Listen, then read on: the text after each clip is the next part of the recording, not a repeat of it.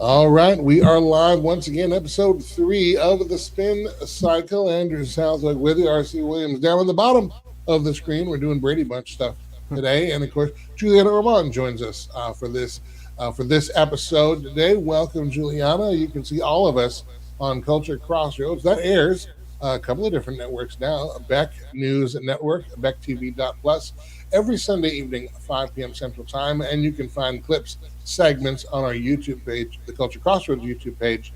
That is at Culture Crossroads 316. You'll see that streaming across the bottom. But it's also, RC, remind us, we're on the Watchmen Action Network as well, correct?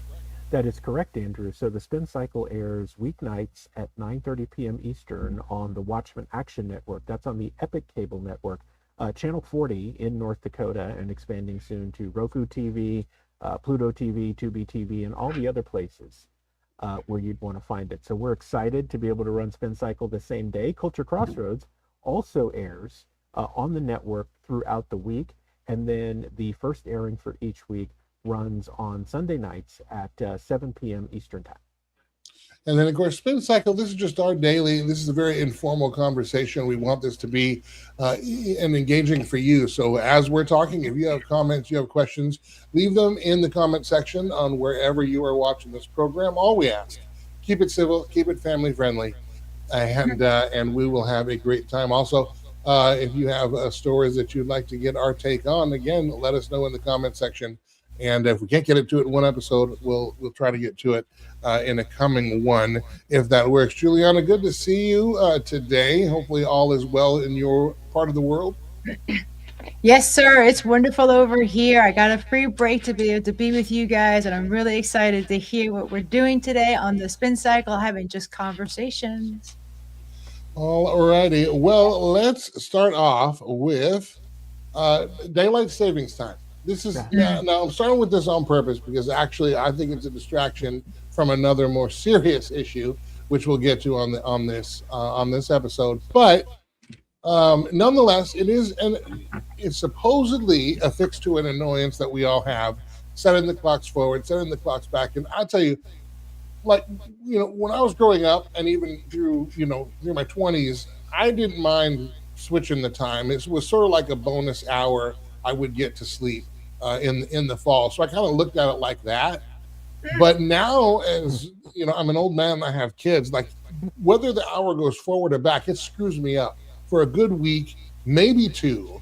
And it's like our own personal and private jet lag that we have. So and so it is annoying, but what's interesting is the choice of daylight savings, that is to have more sunshine in the evening, which means that in our winters, particularly in the West Coast and northern states, the sunrise won't be till 9 a.m. for part of the winter. Can you imagine a 9 a.m. sunrise and then about a 6 o'clock sunset, 6:30 sunset, in particularly in the northern states and along the West Coast?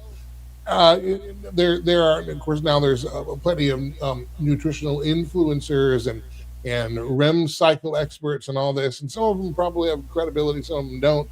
The debate is that our daylight savings time goes against the natural circadian rhythm of sleep and so on and so forth. So, is it going to lead to long-term health issues? Probably. If the government is doing it, it's probably going to lead to more health issues. And I'm sure that Pfizer and Moderna are working on the correct medication so that we can adjust to permanent daylight savings time. We will find, I'm sure that news is just about to break, just around the corner.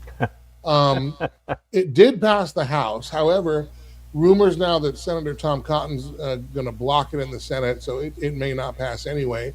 It's also worth noting daylight savings time, permanent daylight savings time, was tried in the 70s and it failed miserably. And so then we went back to switching back and forth. But anyway, I want to get your take. Does this even matter? Like, I wouldn't mind going to just permanent standard time and just let us all do our own thing. But and I guess if daylight savings is what you must do, then fine, pick one and do it. Call it 1 a.m., call it 4 a.m. I don't really care. Just pick something. But at the same time, I don't know. Maybe we're making much ado about nothing. I don't know. What do you guys think? I'm going to say that, your circadian rhythm being off is a really big deal. When we're not feeling 100%, it impacts everything about us. So I'm a little concerned about not having something that's a little stable for our ability to have that, nice, neutral, we're going to be okay, stable kind of feeling, instead of every 6 months, we're changing the hour back and forth and back and forth. And like you said, the 9 o'clock, morning, what's going to happen with the farmers that are out there? They depend on having, the sunrise in the morning, and that's going to affect what's happening with our farmers and whatnot. So, RC, what do you think? Yeah, I mean, I think about this now. I lived this experience because I lived in Minnesota for 4 years, and so you're so close to the North Pole, you actually get this experience. So in the winter, the sun wouldn't come up until roughly 8:30 in the morning, and it would go down maybe between 4:30 and 5:30, depending on one month of the year it was. So yeah, I mean that does happen. Here's the flip side: during the summer, the sun was up at 4:50 a.m. Hmm. and it wouldn't go down till 9 o'clock at night, right? So there's that impact depending on where you live. I do think that the switching back and forth does throw people off. And Andrew, to your point, as you get older, that becomes more intense, and it's hard because for the whole week, because mine is generally a week too, it throws you off.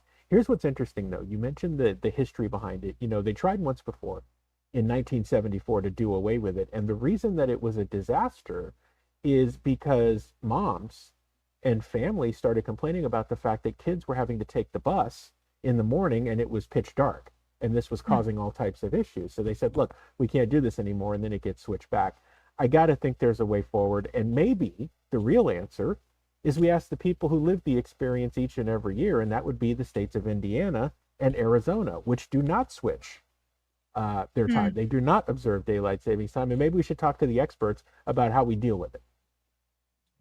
See, why would we talk to the experts? I don't understand. We already know what to do, and as I mentioned to you, it's going to get in the way of whatever way we can monetize the problems that it's going Yeah, to that's cause true. in the future. Those are the experts we want to talk to. That's true. How, I mean, how, how can we monetize the disaster we're creating right now? listen, I That know is that is the American way. Come on, see? Andrew, I know that Pfizer and Moderna are ready to give you a litany of side effects. They want to play the side effect Olympics. They cannot wait to give you something that will solve this problem and give you a bunch of side effects that they can also sell you side effects for to solve those side effects. But Yes, you know, or I could just go to bed, at a normal time. I could do that's that, true. but That's no, I true. don't forget that. That's the daylight savings time debate is certainly well. Actually, it's alive and well in the social media sphere. Over on X, it's probably about every third post that you see come through one or another. What I'm not seeing, I'm just enough of a skeptic to say, and also with the administration touting, "Hey, we're going to get daylight savings time when we're doing this." Well, at the same time, creeping around the back shadows is the debate over Section 219, which would create a shared military with the U.S. and Israel. And I do wonder if some of the daylight savings time, here's a big shiny thing that everybody will go look at. Look at the big flaming orb in the sky, and we're now it's gonna be an hour different or whatever it might be. But don't look at what we're gonna do over here, which is we're about to share all our sensitive military data, our technological data, our innovation with a foreign country. And I want to be clear at this at the outset. You and actually on this Sunday's Culture Crossroads, this is a good uh, um, promo for this. I'm breaking down this in greater detail, not from an expertise perspective. I'm not a military anything, but from the available data and the concerns that it raises. So we'll go through a lot of that on Sunday. Won't want to miss that report. But you, it's not about whether or not you are for or against Israel in terms of support. It's not this is really a global security and American national security interest question. Do we share this kind of information with anybody? It doesn't matter. Hmm. Now, let me just quickly, Section 219. As of today, this provision has not become law. And the best way we can describe it, I don't want to overstate it either. It's not that Israel will have command powers over our military. Israel won't be able to say, to push a button and say, come over here and go to war. It's much more information sharing, but that it could be just as, if not more problematic. The best way I would describe it, it's not really a military merger in terms of soldiers, but it's an institutional integration of our nation's defense technologies, research, acquisition, industrial, and operational readiness. So, what it would actually do, it would create a Pentagon quote unquote executive agent, okay? Meaning the Secretary of Defense would be required to designate an agent responsible for, and this is from the text, synchronizing cooperative efforts between the U.S. and Israel, and for expanding a bilateral research, development, testing, evaluation, integration, and industrial cooperation. All right, so it's more than just a liaison. This is a Pentagon entity or an official assigned department-wide responsibility for coordinating and designated function with Israel. It also then integrates Israeli origin technologies into U.S. military programs, so their tech becomes our tech. It moves joint research rapidly into Pentagon purchasing, and specifically from the House Armed Services Committee. This means the executive agent would help promising joint or Israeli origin technology move from experimentation in the U.S. to purchasing and deployment in the U.S. So we're just like we fast tracked biomedical research, we're going to fast track military weapon research. It establishes commercial and industrial partnerships. Again, from House Armed Services, this creates a deeper dependence between U.S. military programs and Israeli companies when it comes to intellectual property, software components, and maintenance networks. It then coordinates an Israel-related, work across major Pentagon organizations. It promotes joint training. This is maybe the most important point: joint training and information sharing. And the bill expressly says it directs the executive agent at the Pentagon to, quote, joint training exercises and information sharing mechanisms to enhance operational readiness to deploy jointly developed technologies. Now, the unanswered policy question then is not whether information would be shared, but what information is shared, through which systems, at what classification level, and with which Israeli government or private entity, and under what continuing oversight. None of those things are outlined in this provision. It is so broad in its scope, so riddled with peril, because, and I'm going to add another wrinkle to this. Flock cameras are a big deal. I did a thing about flock cameras and our data just a couple of weeks ago. You can check that out on the YouTube channel. But for example, the flock cameras, one of the things that flock cameras can do, and stick with me, this bears, it's going to take our data, our surveillance data, and it's going to give it to a private company. Now, in America, it's illegal for the CIA to spy on Americans directly. But it's not illegal for the CIA to get information from a private company that just so happens to be about you and me and how we go back and forth in our days. Well, this same kind of information flow and information laundering can absolutely happen when we're sharing our military technologies and secrets with a foreign nation. What happens if they get hacked? I mean, nations get hacked. What happens if there's a leak? What happens if there's a mole? What happens if they sell it to China or Russia or back to Iran or any of the other nations that are hostile toward America? I really this to me this I really read this as a betrayal. I don't see how this is America first at all, and I don't know why we're even having the conversation other than I'm not going to speculate about it. It just reeks. I'll shut up now. You guys go. Wow. I mean, I guess, Andrew, I'm finding when we do these things live, it is amazing to me. Hold on, I'm going to Nancy. Thank you for being with us on YouTube. We are talking about America about to enter into an agreement with Israel to share our military secrets and our sensitive information with Israel. including technology, training, research, development, all kinds of things. And our issue with this is, why share that kind of information with any foreign entity? It can be stolen, it can be hacked, it can be sold on the black market, it can be sold to our global enemies. This is riddled with problems, and so that's what we're discussing. Thank you for tuning in, and thank you for your comment. All right, RC, go ahead. Andrew, I'm amazed. In the last couple of days of doing the spin cycle, I can see why it's so necessary for us to stop for a minute and have these conversations logically. So let's get the first thing out first. In what world can you justify doing something like this, right? And insert whatever country you want for Israel, whatever. But the fact remains it's Israel, okay? Why would you do something like this? What tangible benefit is there for an agency that was created? Because, see, that's what Congress does. When they want to do something that they can't do by law, they just create a 3-letter agency or something else that allows them to do it and set policy and rules to do so. But Andrew, what good, as you've already said, comes out of something like this? And what in the Hades gives Congress the thought process that they can actually do something like this, and people are just going to be like, oh, that totally makes sense. Let's go ahead and entangle with a foreign country with our Pentagon, and when it comes to our defense and our offense, and everything is going to be okay when we share those secrets. And I'm talking in the Humpty Dumpty voice because that's how foolish this actually sounds.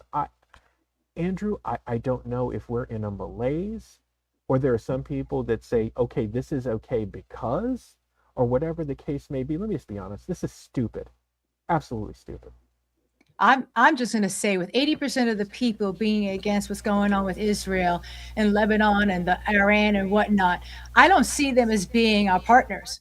Okay, I don't understand why the government is doing this, thinking that the American people are behind it. The American people are not behind what they're trying to do. We're pushing back on the data centers. We're pushing back on their agenda 150%. And we need to be talking about the fact that if they, merge our military, then where's our sovereignty, number one? Number two, let's bring in the fact that our border's been open and we have millions of other people in this country. Because remember, when something happens in America, Americans are going to take up arms against other Americans. It's going to be these foreigners. It's going to be other countries that are going to come in to take down America. Because remember, Netanyahu said that America was the golden calf. So we need to be protecting about what's happening on our shores, because right now, if we allow them to merge our military with Israel's military, when we've got the world hating us as it is, hating Israel for what they're doing, we need to be really honest about what we're seeing in front of us. This is not a good thing for America, because Americans certainly do not agree with what this government is doing with this foreign national company organization. And I don't care what country we're talking about. We're Americans. We stand on our own. We're sovereign. How dare they merge our military with somebody else's military? Who's going to protect our civilians? Who's going to protect our homeland? We've got our people over in other countries fighting wars where we've got a war happening right here on our own soil. Americans need to see that this is a war. This is how a war looks like in 2026. Wow. So Andrew, Juliana, you're so spot on here. Just to add to that, here we go again, letting another fox in the hen house, right? Yes. We did this with border policy, right? And we let the fox in the house, which is why the border swung wide open, and you're trying to clean this thing up. I caught Ross Perot the other day. Now, for those of you who don't know, Ross Perot was a billionaire businessman, a short Texan that had a voice that sounded like this. He ran for president in 1992, and he was actually leading in the polls, but he did something innovative. He actually answered practical questions from actual Americans in a way that everybody could understand. And what he said at the time is parallel to this in the sense that when you let the idea of foreign influence creep into our everyday policy, you run into a situation where, in the case that he was talking about, it was NAFTA. And he was asked what's going to happen to American jobs and the economy if this happens. And what he relayed is, you will hear a giant sucking sound, and that'll be all the jobs going to Mexico, because people are so focused on making money instead of quality of life. And this is a guy who was a billionaire who wanted to make money. He said, you're willing to sacrifice the American dream and Americans' ability to buy stuff for you to make more money. Well, that's great, except who's going to buy your stuff? here we are again, where it's like the United States is structured in such a way that it is us. Why would we let a foreign country in the henhouse when it comes to our defense in partnership that way? And why the heck would Congress have to put it into a bill? Like, Well, what are you doing? I don't think it even has to do with whether or not it's an ally nation or whatever. I do support Israel. Hey Hunter, how you doing? Good to see you. Alan, thanks for your comment as well. Good to see you guys engaging here in the chat. Most of you checking us out on YouTube. So His last thanks name is for, Militowski. Well done, Alan. Yeah, it's Milkowski. Yeah, and Jesus does love us, and He loves you too. So thank you for that. Couple of things though. There's a lot of what is happening. I'm not sure if you mean what is happening, like is in hello, or the old what's happening, or what are we talking about? So anyway, let me know if you want to. I'll answer your question if you're asking about our subject. But I do support Israel as a nation. I think their current government is less than savory. I'm going to put it that way for now. But the issue here also is we're going to create potential for more dependency on a foreign nation for our military strength or military strategy or military equipping. We talk about wanting to be energy independent. We talk about wanting to actually be pharmaceutically independent. We know that most of our pharmaceuticals are made in China. If we're importing energy, we import a lot of our food. The more dependent we are on foreign nations, if they decide to shut it off, or if that chain is compromised, we have an issue because we're the end consumer. This opens up that door as well. Not to mention conflicting national interests. We do cooperate with Israel quite a bit and quite closely, but we're still separate sovereign nations. We have different regional priorities. We have different intelligence objectives, different domestic political pressures, different exporting policies, different rules of engagement, different threat assessments. There are a lot of reasons why we don't line up 100%. We're different nations in different parts of the world. And technology that's useful to both countries doesn't mean every operational use serves us equally. I think we are opening the door to many potential problems we're not even thinking about right now. And the thing is, again, this whole story, this provision is being thrust upon us under the cover of darkness while they've got us debating whether or not daylight savings time is better than permanent standard time. I think ultimately our audience needs to understand that we are for the people. We're not for the governments. I mean, most of us are sitting here scratching our heads about what the American government is doing, and we're not supporting what it is that they're doing, right? Okay, that's why we're having this conversation about this bill. So, I mean, we need to be talking about how we support the people of Israel. We support the people of Gaza and the people of Lebanon, because we, the people, the ones that are coming together. It's the men, women, and children, the civilians that are dealing with the aftermath of what's going on here. Because at the end of the day, we need to acknowledge the fact that we are the people. Right? We are the people of America. They are the people of Israel, and we support the people. We don't support what the government is doing. We don't support the war, because at the end of the day, it's us that suffer from it. When they're bombing all parts of Iran, what's happening to the children? I want to know what's happening to the children. We keep talking about all these, other superfluous things, but we should be talking about what's happening with the kids over there. What's happening when people are making decisions to have a war. Right? So I'm not interested in what's going on with the government as much as I'm really interested in what's happening to the people in the aftermath of the war because of these governments.